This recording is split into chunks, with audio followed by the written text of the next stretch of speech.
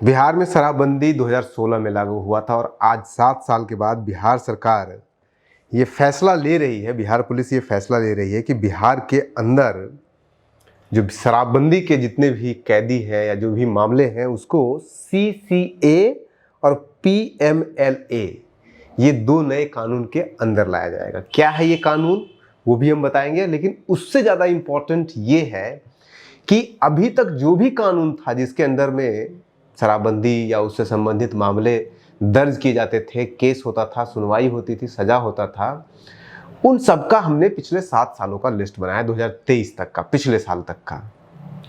और उसके रिजल्ट चौंकाने वाले हैं, आपको आश्चर्यचकित कर देंगे।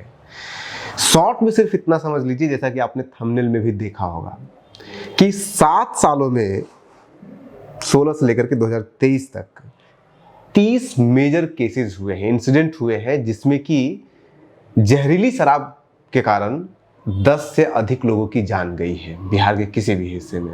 उन 30 मामलों में से 29 मामले आज तक लंबित हैं, उस पर कोई फैसला ही नहीं हुआ है। और एकमात्र फैसला जिसके ऊपर हुआ है, बिहार में पहली बार जब शराबबंदी होने के बाद जहरीली शराब के कारण किसी की मौत हुई थी, बड़ी घटना घटी थी गोपालगंज के अंदर, जिसके अंदर 19 लोगों की जान गई थी। उस घटना के अंदर जितने लोगों को के ऊपर केस किया गया था, उनको 2021 में जो लोकल कोर्ट है उसने सजा दिया। 9 को सजाए मौत और 4 को उम्र कैद की सजा दी। लेकिन 1 साल के भीतर जुलाई 2022 में, मार्च 2021 में उनको मौत की सजा और उम्र कैद दी जाती है सेशन कोर्ट, लोकल कोर्ट के द्वारा। और जुलाई 2022 में पटना हाई कोर्ट उन सभी के सभी लोगों को, 13 लोगों को बरी कर देती है, ये कहते हुए लैक ऑफ एविडेंस, यानी कि जो सजा दिया गया है उसके लिए जो जरूरी कागजात चाहिए, जो जरूरी एविडेंस चाहिए, जो सबूत चाहिए, वो सबूत ही नहीं है, ये कह करके। यानी कि पिछले 7 सालों में 30 मेजर इंसिडेंट बिहार में हुए, जिसके कारण कई, जिसको आप नरसंहार, जनसंहार भी कह सकते हैं, 10 से अधिक लोगों की जान गई जहरीली शराब पीने के कारण।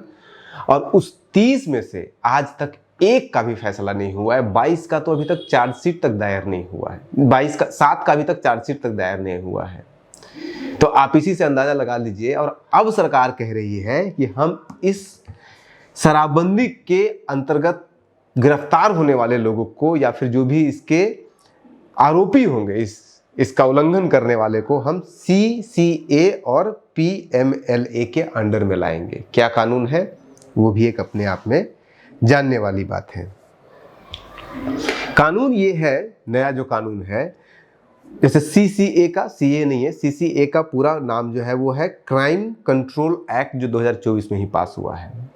और एक है PMLA, prevention of money laundering act, जो कि 2002 में पास हुआ था, 2005 से लागू हुआ है और उसके बाद बार बार उसके अंदर बदलाव हुआ है। और ये लॉ आपको बहुत इंपॉर्टेंट जानने के लिए है, क्योंकि अभी आप जो बुलडोजर बाबा और इस तरह के जो नैरेटिव आपने सुना है ना, जिसमें कि प्रॉपर्टी को जो भी कन्विक्ट है या जो भी आरोपी है, कन्विक्ट को तो नहीं, लेकिन जो भी आरोपी है उसके घर को तोड़ दिया जाना, उसके घर को, संपत्ति को कब्जा कर लेना सरकार जो करती है, ये सब इसी लॉ के अंडर में किया जाता है। हालांकि जिसमें लॉ 2002 में बना था उसमें ऐसा कुछ नहीं था, उसमें सिर्फ ये था कि जो भी हवाला के पैसे से अगर कुछ यहाँ पे किसी ने कुछ खरीदा है, मनी लॉन्ड्रिंग के पैसे से अगर किसी ने कुछ खरीदा है, जमीन खरीदा हो, घर खरीदा हो, तो उसको कॉन्फिस्केट किया जाएगा, बाकी को नहीं। लेकिन अब तो कोई प्रोटेस्ट भी कर रहा है तो उसके प्रॉपर्टी कॉन्फिस्केट कर दिया, इतना चेंज इस लॉ में आ गया है। तो ये लॉ अब शराबबंदी वालों के ऊपर लागू होगा। पर पॉइंट ये उठता है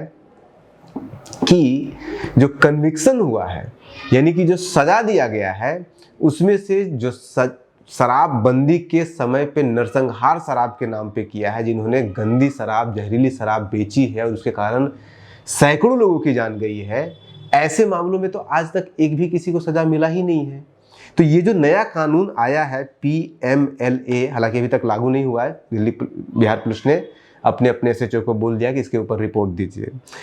तो ये जब नया कानून लागू होगा तो किसके ऊपर लागू होगा?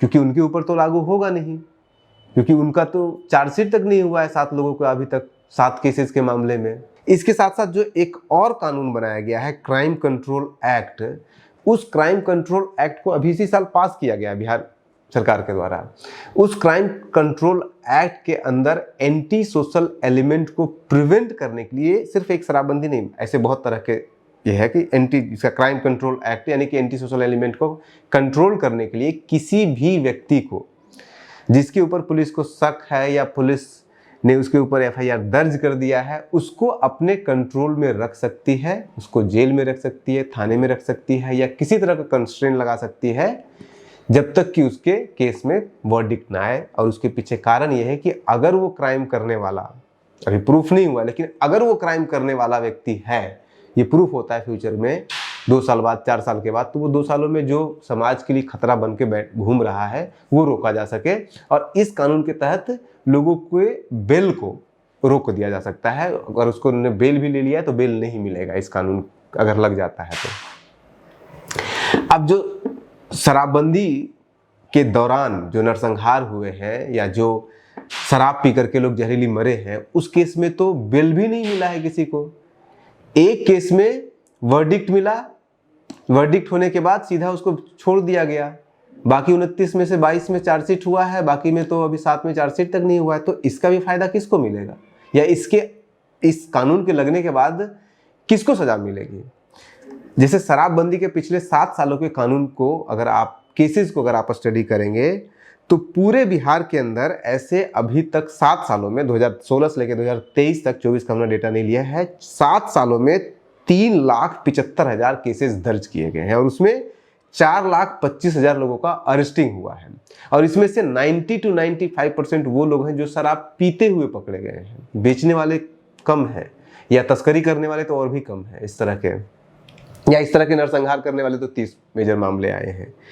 अब उसमें से आज के डेट में बिहार के अंदर 25,000 लोग जेलों में बंद है इस कानून शराबबंदी का उल्लंघन करने के लिए। और उसमें से समझ जाइए कि 25,000 में से 24,000 तो जो होंगे वो होंगे पीने वाले, पिलाने वाले का तो कुछ होता नहीं है। अब ये भी समझिए कि पूरे बिहार में जेल में कैदियों की संख्या 57,000 है और उसमें से अकेले शराब वाले जो है पीने वाले 25,000 हैं। तो अगर 90-95% वो लोग हैं जो शराब पीने के कारण पकड़े गए हैं, तो फिर बेचने वाले को तो कोई सजा ही नहीं मिल रहा है। नया कानून बनाने से क्या फायदा होगा? ये एक हो सकता है कि चूंकि इसके पीछे एक कारण हो सकता है कि चूंकि जो बेचने वाले होते हैं या जो तस्करी करने वाले होते हैं वो बड़े लोग होते हैं, पावरफुल लोग होते हैं, उनकी पहुंच होती है, नेता, पुलिस, प्रशासन हर जगह, तो वो बच जाते हैं। तो वो बचने के लिए उनको वो बच ना पाए, शायद उसके लिए इसको लाया गया है। इस दो कानून को लाया जाने का प्लानिंग किया गया है ताकि कोई भी व्यक्ति बेल न ले पाए। कोई भी व्यक्ति का जैसे ही मामला है उसको कॉन्फिस्केट कर लो, उसके प्रॉपर्टी को तोड़ दो या उसको कब्जे में कर लो, जब सरकार अपने कब्जे में कर लेगी। लेकिन वो तब होगा ना जब इस तरह के मामलों में कोई प्रोग्रेस होगा। ये दिल्ली पुलिस, ये बिहार पुलिस का डेटा है। बिहार पुलिस ने एक अपने इंटरनल के लिए एक रिपोर्ट बनाया था 2023 में, जिसमें कि 30 ऐसे मामलों को उसने चिन्हित किया था कि जहाँ पे बड़े मामले हुए, 10 से ज़्यादा मौत हुई है लोगों के जहरीली शराब पीने के कारण। और इस 30 में से 29 आज तक लंबित है और एक जिसमें वर्डिक्ट आया है उसमें भी बरी कर दिया गया। लोकल कोर्ट ने उनको सजाए मौत दी है और हाईकोर्ट ने, पटना हाईकोर्ट ने उनको बरी कर दिया गया। तो इस नए कानून के कॉन्टेक्स्ट को समझना होगा।